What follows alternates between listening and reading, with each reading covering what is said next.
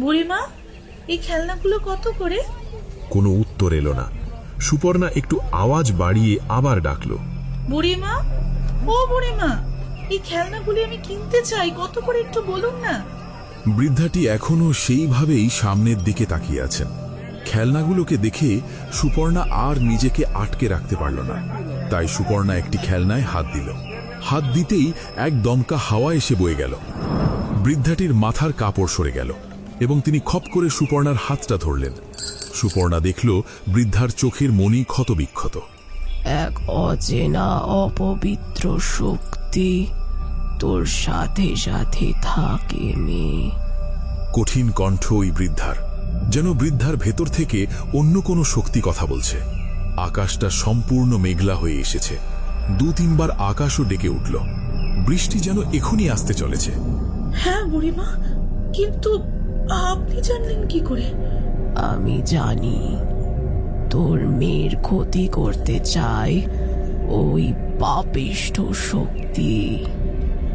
যতক্ষণ না সে তোর মেয়ের প্রাণ নিচ্ছে, সে থেমে থাকবে না। সারা জীবন তোকে ওই শক্তিকে বয়ে নিয়ে চলতে হবে। কিন্তু বুড়িমা, আমি কি করে আমার মেয়েকে এই দুষ্ট শক্তির হাত থেকে বাঁচাবো? আমি পারবো না বুড়িমা, আমি পারবো না। আমি যে একটা সাধারণ মেয়ে।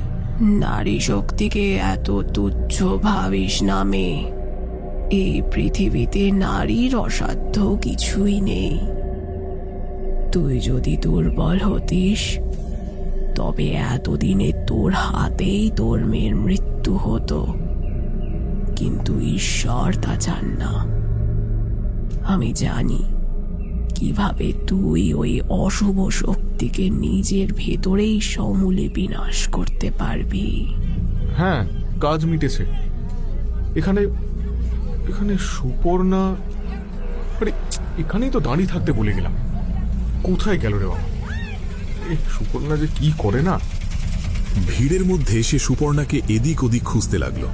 2-3 বার বাজারে দৃষ্টি ঘোরাতেই সে দেখতে পেল এক কোণে এক বৃদ্ধা সুপর্ণার হাত শক্ত করে চেপে ধরে আছেন। তারা একে অপরের দিকে অপলক দৃষ্টিতে তাকিয়ে আছেন।